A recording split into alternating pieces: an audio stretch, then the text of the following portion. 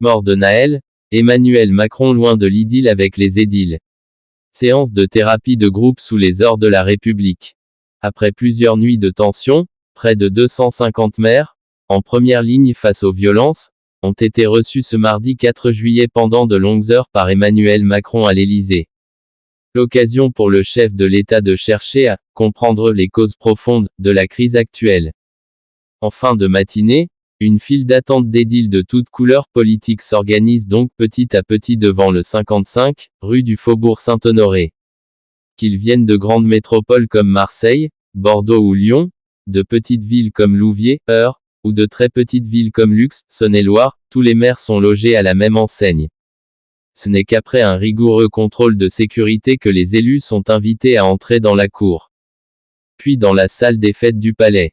Si ce mardi 4 juillet la parole est longuement laissée au maire, l'hôte du jour ouvre tout de même la rencontre par un court propos introductif.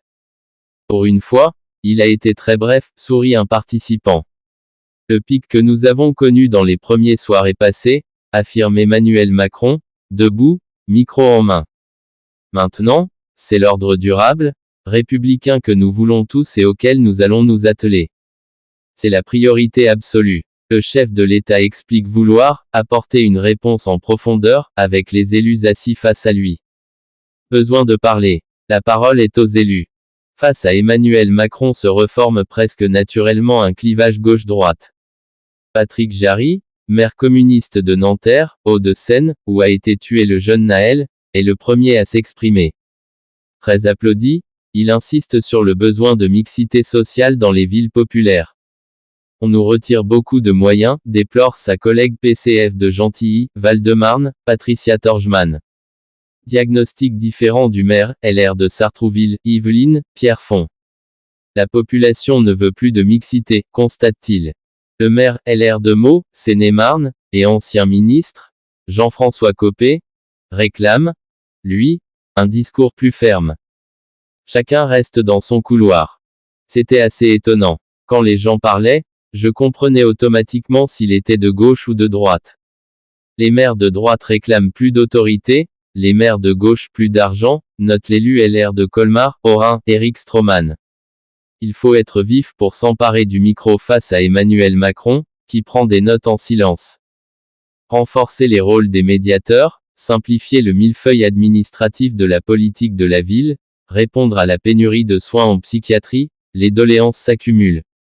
Le maire de gauche d'Échirolles, Isère, Renzo Sully, qui regrette à haute voix l'abandon du rapport Borloo par Emmanuel Macron en mai 2018, est vivement acclamé par une partie de l'Assemblée. Les applaudissements ont été tels que peu de maires ont jugé utile d'en reparler après, ricane l'édile socialiste de Famec, Moselle, Michel Lipgott. Lequel a remarqué un vrai besoin de parler de la part des élus. Ce qui m'a marqué, c'est que peu importe si on vient d'une grande ville, d'une plus petite ou d'une commune rurale, on a tous vécu la même chose, affirme-t-il. Les heures défilent et les prises de parole se succèdent. Après plus de 2 heures, certains commencent à trouver le temps long. Au bout d'un moment, on a tous commencé à avoir la dalle, souffle un élu de gauche. Tous ceux qui souhaitent parler ne le pourront pas. J'ai essayé, mais c'était difficile, reconnaît le maire PS de Montpellier, Michael Delafosse. Nous sommes nombreux à avoir trouvé que c'était très mal organisé, grince le socialiste rouennais Nicolas Maillère-Rossignol, citant le retard pris au démarrage ou le manque de cadre temporel. Et puis on a été prévenu tard, ce n'était pas évident pour s'organiser, abonde Michel Lipgott. Beaucoup sont donc contraints de se carapater avant la fin de la rencontre et le discours de conclusion du chef de l'État à cause d'obligations. En profond décalage. Après près de 3 heures d'échange, la réponse d'Emmanuel Macron arrive enfin. Aux édiles encore présents, le président annonce une « loi d'urgence » pour reconstruire, au plus vite, les bâtiments détruits lors des émeutes. Moins attendu, le locataire de l'Élysée se lance ensuite dans une sorte de mea culpa à propos du plan Borloo. J'ai sans doute été maladroit dans cette affaire à l'époque, reconnaît-il. Sans oublier évidemment de vanter son bilan en insistant sur les moyens déployés pour la rénovation urbaine. Puis, après avoir parlé, continuum de sécurité, nécessité de responsabiliser les parents et avoir pointé le rôle des réseaux sociaux dans la propagation des violences, Macron a donné rendez-vous aux élus à la fin de l'été. D'ici là, plusieurs chantiers seront ouverts avec les préfets pour analyser les causes des tensions.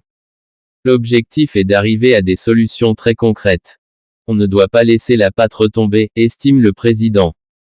À la sortie, si de nombreux élus saluent l'annonce sur la loi d'urgence, beaucoup, notamment à gauche, restent sur leur faim. Le président est apparu très satisfait de sa politique. Je ressors encore plus désespéré car je ne vois pas d'ambition réformatrice, déplore le maire Génération S de Trappes, Ali Rabet. Je suis assez inquiet sur la tonalité du discours qu'il a tenu qui reviendrait à dire qu'il n'y a pas de problème de moyens mais seulement de méthode, avoue l'édile PS de Villeurbanne, Rhône, Cédric Van Stivendael, alors que la question du manque de moyens a été très présente tout au long de la journée. Selon l'élu, le chef de l'État est même en profond décalage avec ce qu'il se passe dans le pays. On aurait aimé avoir beaucoup plus de choses concrètes à rapporter à nos administrés, regrette quant à elle la maire EELV de Besançon, Anne Vigneault.